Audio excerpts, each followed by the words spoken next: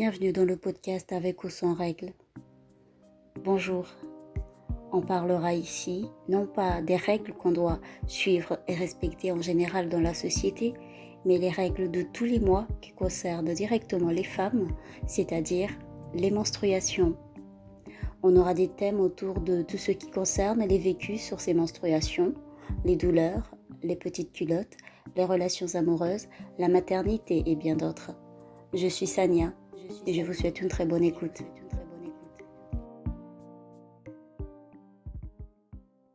Et si on parlait SPM? Ce n'est qu'en 2017 que j'ai su que le mot syndrome prémenstruel existait. Je n'en avais jamais entendu parler avant, ou peut-être que je n'ai pas fait attention, mais depuis 2017, je n'ai jamais oublié ce mot SPM. C'est une ancienne collègue du boulot qui m'a fait la remarque en me disant que parfois elle me trouvait lunatique ou sur la défensive ou encore que je semblais irritée. Habituellement, je ne laisse rien paraître, mais celle-là, on va dire, elle m'a cramée. Elle a remarqué que mes sauts d'humeur apparaissaient à la période juste avant d'avoir mes règles et elle a dit qu'elle pouvait m'aider à ne plus me sentir mal dans cette période parce qu'elle savait comment ne pas laisser le syndrome prémenstruel dominer notre quotidien. Et là, je lui ai posé la question, c'est quoi le syndrome prémenstruel ? Ensuite, elle m'a expliqué, mais une fois chez moi, j'ai fait plus de recherches sur la question et j'ai commencé à comprendre certaines choses par rapport à mes faits et gestes et quand j'étais en période SPM. Car en effet, j'avais les symptômes, mais je ne savais pas ce que j'avais. Comme certaines d'entre nous le savent aujourd'hui, le syndrome prémenstruel, c'est tout simplement tous les symptômes physiques et psychologiques que ressentent beaucoup de femmes quelques jours avant les règles.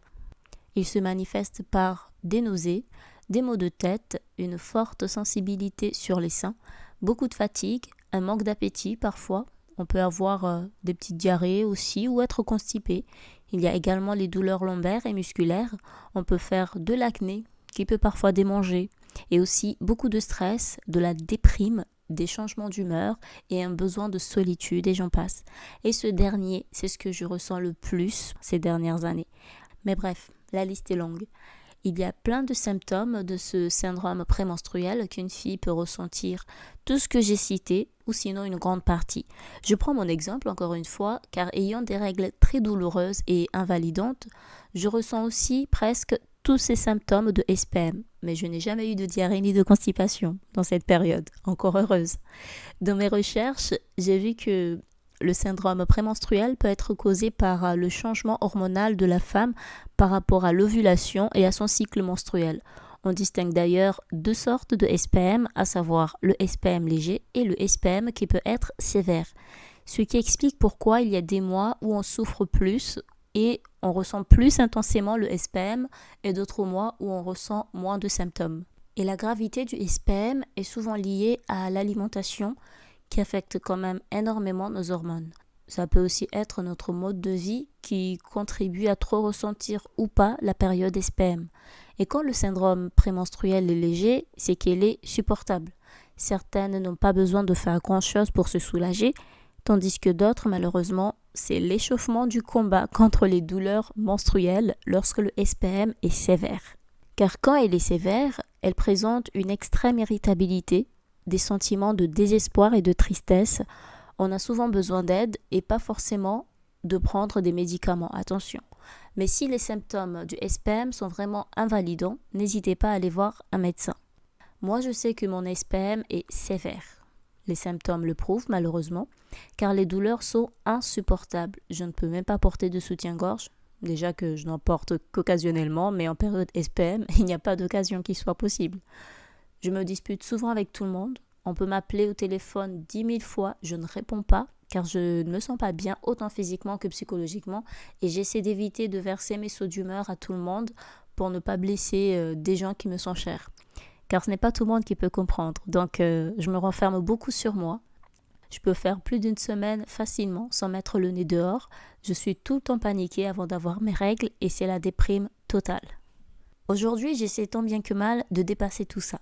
Ce n'est pas du tout facile car ça demande un gros travail sur soi, mais avec le temps, j'essaie quand même d'aller mieux et je pense que ça fonctionne. Je vais vous lister quelques conseils de ce que moi je fais régulièrement pour mieux vivre mon SPM. Mais avant ça, je vous fais écouter les témoignages du petit micro-trottoir que j'ai fait en réalisant ce podcast au sujet du SPM. J'ai demandé à quelques filles de me parler pour qu'elles partagent leurs ressentis en période prémenstruelle et surtout pour savoir si je n'étais pas la seule qui ne savait pas ce que c'était le SPM il y a tout juste 3 ans, histoire de me rassurer un peu, vous voyez. Je vais les écouter.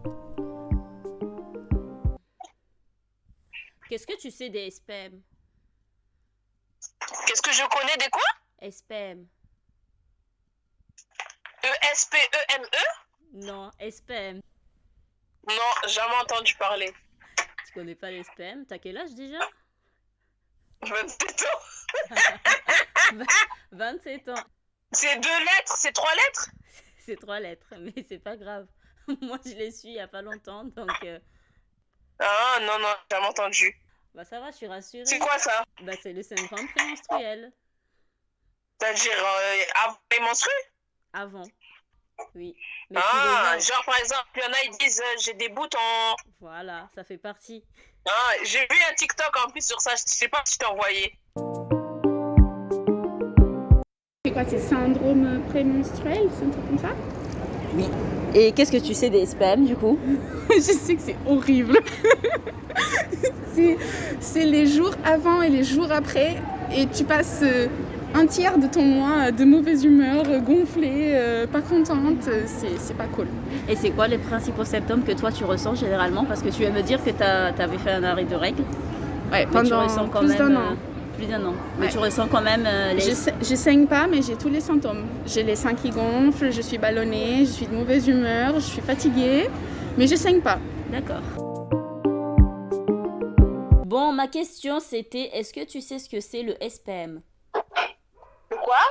Le SPM. Non, attends. SPM? Non. T'as jamais entendu parler? Non. Mais tu vois les symptômes que tu as avant d'avoir les règles? Oui. Bah c'est ça le SPM. Ah. T'as les seins sensibles. D'accord. Mais du coup, quand tu es en période de SPM, est-ce qu'il y a quelque chose en particulier que tu fais pour te soulager ou tu laisses passer?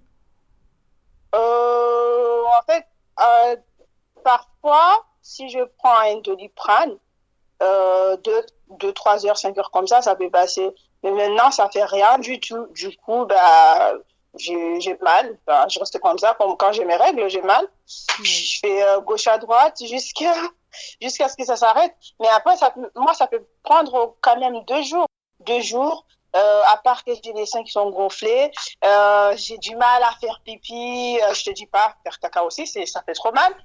Et parfois, j'ai même du mal à m'asseoir. J'ai tellement mal que, tu vois, des fois même, je me dis, je préfère les règles.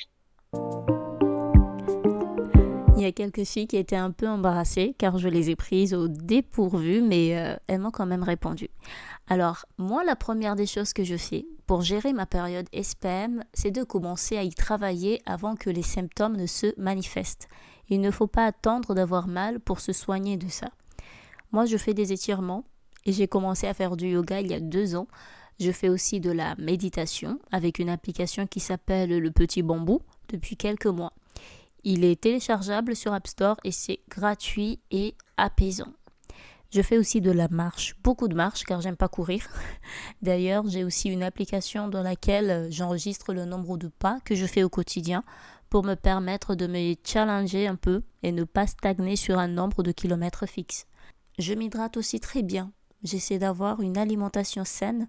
Ça aussi, ce n'est pas facile, surtout quand tu travailles dans la nourriture, dans le sucre, et que tu es entouré de cuisiniers, de pâtissiers, de confiseurs et de collègues qui aiment manger autant que toi. Et ce que j'évite le plus, c'est de manger dehors. Et ça ne me laisse pas d'autre choix que de cuisiner. Et je sais que je ne vais pas cuisiner n'importe quoi, car dans mes courses, je n'achète pas n'importe quoi. Je privilégie les légumes, les céréales complètes, les lentilles par exemple. Donc les filles, notez vraiment que l'alimentation saine est importante. Si vous n'y arrivez pas seul, allez voir un nutritionniste ou diététicienne. Ces gens-là peuvent vraiment nous aider à adopter une alimentation saine pour faire du bien à notre corps. Et ce que je fais aussi, c'est que je me repose. Déjà que je ne suis pas vraiment fêtarde, mais j'aime prendre du temps pour moi. je ne sors pas souvent et rends rarement visite aux gens. Alors, je ne vous dis pas de ne pas avoir de vie sociale, mais il ne faut pas se forcer à se déplacer juste pour faire plaisir aux autres, surtout quand on n'est pas bien. Reposez-vous, misez votre temps sur vos priorités, prenez soin de vous et ce n'est que comme ça que vous pourrez vous sentir bien. Merci de votre écoute et n'hésitez pas à partager cet épisode qui peut aider certaines personnes à s'y retrouver. N'hésitez pas à me partager vos astuces et conseils de ce que vous faites pour mieux vivre le syndrome prémenstruel. Laissez des commentaires ou sinon vous pouvez m'écrire sur l'adresse avec ou sans règle pluriel @gmail.com ou me retrouver sur Instagram @avec_Sania. Je me ferai un plaisir d'échanger avec vous. Je remercie aussi les filles Naïda, Anna, Thamra qui ont bien voulu jouer le jeu et répondre à mes questions. Portez-vous bien et on se retrouve dans le prochain épisode avec ou sans règle.